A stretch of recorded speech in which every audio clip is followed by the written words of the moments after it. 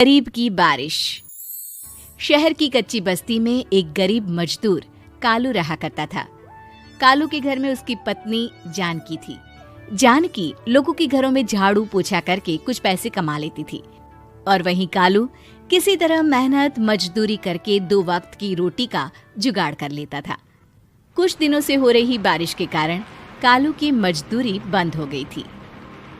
अरे जानकी, इस बार तो बरसात ने हद ही कर दी, रुकने का नाम ही नहीं ले रही।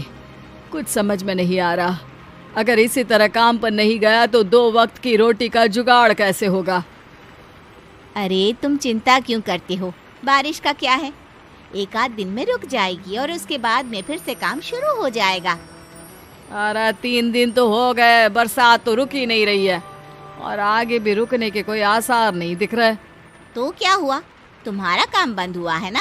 मैं तो अभी भी लोगों के घर झाड़ू पोछा करने जाती ही हूँ। मेरे पगार से कुछ दिन तो निकल ही जाएंगे। अरे घर का खर्चा तो हम किसी तरह चला लेंगे जानकी, लेकिन ये जो छत टपक रही है इसका क्या करेंगे। ये बात तो आपकी सही है। हमारी झोपड़ी अब काफी पुरानी हो चुकी है और इसके छप्पर में भी कई सारे छेद हो गए हैं। रात भर पानी टपकता रहता है। अरे मैं भी इसी बात से बहुत परेशान रहता हूँ। कहीं किसी दिन ज्यादा बारिश आ गई तो हमारी झोपड़ी टूटकर बिखर ना जाए। राम राम राम, ऐसी अशुभ बातें क्यों करते हो। अरे ऐसा कुछ नहीं होने वाला। ये झोपड़ी ही तो हमारा सब कुछ है। अगर यही नहीं रही तो हम जाएंगे कहाँ। ठीक है जानकी, जब तुम्हारी पगार मिल जाएगी तो कुछ पैसे बचाकर झोपड़ी के छप्पर की मरम्मत करवा लेंगे। शायद हमारी परेशानी कुछ कम हो जाए। ठीक है जी, अब ना ज्यादा परेशान मत हो। ये लो, खाना खा लो और सो जाओ।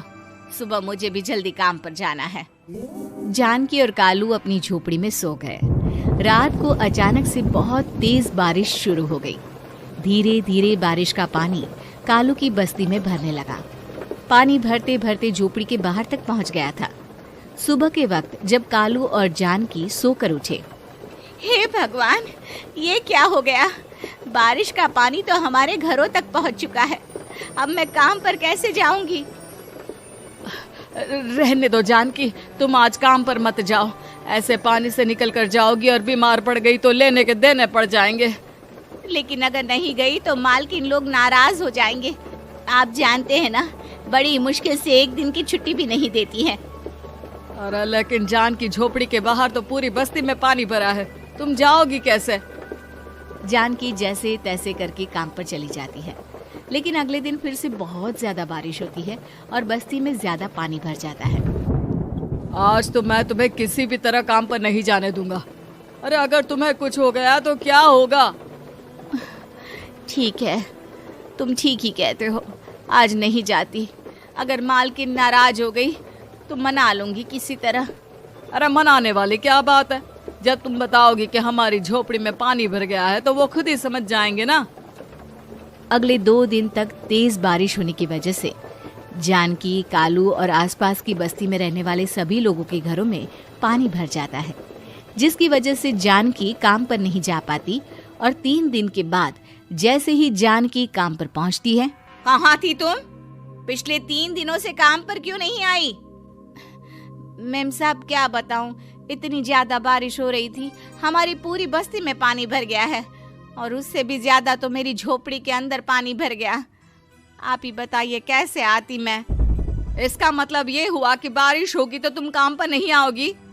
ना ना, मेरे कहने का ये मतलब नहीं था मैम साहब। तुम जानती भी हो 3 दिन से कितनी परेशानी हो रही है मुझे। सारा काम मुझे खुद करना पड़ा। माफ कर दीजिए मालकिन जी, पर मैं क्या करती, आने के लिए रास्ता ही नहीं था। सब जगह पानी भरा हुआ था। बहाने तो तुझे बहुत बनाने आते हैं। जानकी देख, अगर अगली बार ऐसा किया ना तो फिर काम से हमेशा के लिए छुट्टी। अरे ना ना मालकिन, ऐसा मत कीजिए। बारिश की वजह से मेरे पति की मजदूरी भी छूट गई है। बड़ी मुश्किल से घर में 2 वक्त खाने की रोटी का जुगाड़ हो पाता है। आप मुझे काम से निकाल देंगे तो हम क्या खाएंगे। अगर इतनी ही चिंता है तो फिर रोजाना काम पर आया करो। चलो अब जल्दी से जाकर घर का सारा काम करो। बारिश रुकने का नाम ही नहीं ले रही थी। पूरे शहर में बाढ़ जैसे हालात बन गए थे, लेकिन नौकरी जाने के डर से जानकी किसी तरह रोज काम पर जाती थी। एक दिन जब जानकी काम करके अपने घर लौट आई तो अचानक उसकी बस्ती में कुछ लोगों का शोर सुनाई दिया। अरे लगता है बाहर कुछ हुआ है, मैं जाकर देखता हूँ। हाँ हाँ, पता तो कीजिए, ये बस्ती में लोग इतना शोर क्यों कर रहे हैं। बाहर जाकर कालू ने एक आदमी से पूछा, अरे क्या हुआ भाई, इतना शोर क्यों मचा रहा है? अरे क्या बताए भैया, अपने बस्ती के बाहर एक पुल टूट गया है और वहाँ पर एक कार फंसी है। थोड़ी देर में अगर किसी ने नहीं बचाया ना तो वो कार पानी में बह जाएगी। हाँ? ये क्या कह रहे हो भैया, कार के अंदर कोई है क्या? हाँ, कोई औरत बैठी है, अकेली है, बहुत रो रही है बेचारी, मदद के लिए बुला रही है। अरे तो हमें जाकर उनकी मदद करनी चाहिए ना। अरे लेकिन इसमें बहुत खतरा है, हमें अपने आप को बचाना चाहिए। पानी कभी भी हमारी बस्ती की तरफ आ सकता है। अरे तुम्हें नहीं चलना तो मत चलो, लेकिन मैं तो जाकर उस औरत की मदद जरूर करूंगा। कालू उस जगह पर पहुंचता है जहां वो औरत कार में फंसी हुई थी। वहां पर पानी का बहाव बहुत तेज था और सारा पानी कालू की बस्ती की तरफ ही आ रहा था। कालू ने एक बड़ी सी रस्सी को पेड़ से बांध दिया और दूसरे सिरे को कार की तरफ फेंक दिया और उस औरत को रस्सी के सहारे बाहर आने के लिए कहा। तभी वहां जानकी भी दौड़ती हुई आई। अरे ये तो मेरी मालकिन है, जिनके यहाँ मैं काम करने जाती हूँ। अरे मैडम जी, आप डरिएगा मत, आपको कुछ नहीं होगा। आपकी गाड़ी को भी मैंने रस्सी से बांध दिया है। थोड़ी देर में पानी का बहाव कम हो जाएगा, फिर हम आपकी कार को भी बाहर निकाल लेंगे। क्या तुम जानकी के पति हो? हाँ हाँ, जानकी मेरी ही पत्नी है, आपके यहाँ काम करती है ना। लेकिन मेम साहब, आप यहाँ पानी में कैसे फंस गई? अब क्या बताऊं, मैं अपनी सहेलियों के साथ पिकनिक पर गई थी, वहीं से लौट रही थी। अचानक पानी का बहाव तेज हो गया और मेरी गाड़ी फंस गई। अरे कोई बात नहीं मालकिन, अब ना आप बिल्कुल सुरक्षित हैं। मैं तो बहुत बुरी तरह डर गई थी, कब से मदद के लिए चिल्ला रही थी, लेकिन कोई मेरी मदद के लिए नहीं आया।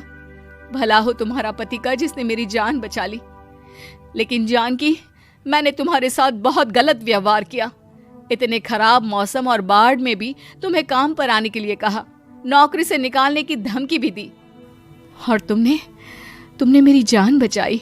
मुझे माफ कर दो।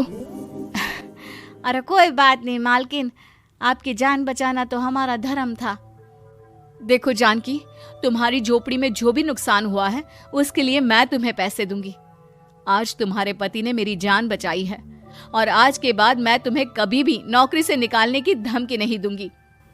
आज मैं तुम्हारी परेशानी को अच्छी तरह समझ चुकी हूँ। हम जैसे पैसे वाले लोगों के लिए अपने घर में बैठकर बारिश का मजा लेना बहुत आसान है, लेकिन तुम गरीब लोगों के लिए बाढ़ और बारिश काफी परेशानी खड़ी कर देते हैं। ये बात मुझे आज अच्छी तरह समझ आ गई है। आपका बहुत बहुत धन्यवाद मालकिन।